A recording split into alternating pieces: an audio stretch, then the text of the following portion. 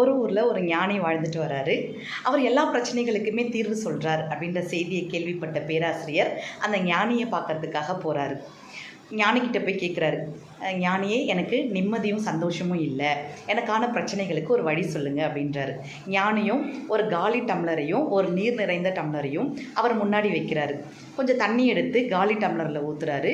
அதே மாதிரி நீர் நிறைந்த டம்ளர்லையும் தண்ணியை ஊற்றுறாரு. நீர் நிறைந்த டம்ளரில் ஊற்றின தண்ணி வெளியே வந்துடுது. பேராசிரியருக்கு ஒன்றுமே புரியல. இதற்கான விளக்கத்தை சொல்லுங்கள் அப்படின்னு கேட்குறாரு. உடனே ஞானி சொல்கிறாரு, எப்படி நீர் நிறைந்த டம்ளரில் தண்ணி வழிந்து ஓடுதோ அதுபோல் தான் நம்மளுடைய மனசை நிறைய குப்பைகளை போட்டு அடைச்சி வச்சுருக்கோம். அதில் எப்படி நிம்மதியும் சந்தோஷமும் வந்து சேரும்? அதனால் உங்களுடைய மனசை முன்ன காலியாக வைங்க, நிம்மதியும் சந்தோஷமும் தானாக வரும் அப்படின்னு சொல்கிறாரு. ஆமாங்க, இன்றைக்கி நம்ம வாழ்க்கையில் அவன் இதை சொன்னான், இவன் இதை சொன்னான்னு சொல்லிட்டு நிறைய குப்பைகளை வச்சிட்ருக்கோம். அதெல்லாம் தூக்கி போட்டு சந்தோஷமாக வாழ்வோம். நன்றி.